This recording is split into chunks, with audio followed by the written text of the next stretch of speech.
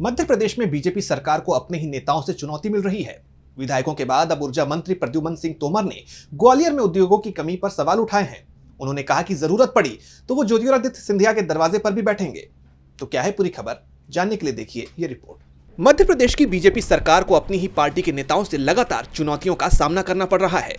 विधायकों के बाद अब ऊर्जा मंत्री प्रद्युमन सिंह तोमर ने सरकार की औद्योगिक व्यवस्था पर सवाल खड़े कर दिए हैं। मंत्री ने ग्वालियर में उद्योगों की कमी को लेकर नाराजगी जताई और कहा कि इस मुद्दे को हल करने के लिए वो केंद्रीय मंत्री ज्योतिरादित्य सिंधिया के दरवाजे पर भी बैठने को तैयार हैं।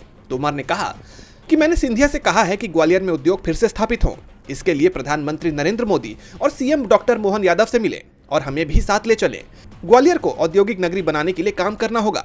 ग्वालियर को जितने उद्योग मिलने चाहिए उतने नहीं मिले हैं। ये कोई राजनीतिक मुद्दा नहीं, बल्कि मेरे मन की बात है जो ग्वालियर के हित में कही गई है। मंत्री ने यह भी कहा कि जरूरत पड़ने पर वो सिंधिया के दरवाजे पर भी बैठ जाएंगे। बता दें कि ये पहला मौका नहीं है जब बीजेपी के जनप्रतिनिधियों ने अपनी ही सरकार को कटघरे में खड़ा किया हो। हाल ही में विधायक चिंतामणि मालवीय ने उज्जैन में सिंहस्थ क्षेत्र में किसानों की जमीन अधिग्रहण के मुद्दे पर विधानसभा में सवाल उठाए थे, जिसके बाद पार्टी संगठन ने उन्हें शो कॉज नोटिस जारी किया था। विधायकों के बाद अब मंत्री के इस रुख से बीजेपी के भीतर असंतोष की स्थिति साफ झलक रही है। यह घटनाक्रम सरकार और संगठन के बीच तनाव को उजागर कर रहा है, जिसका असर प्रदेश की राजनीति पर पड़ सकता है। डीबी लाइव मध्य प्रदेश की रिपोर्ट।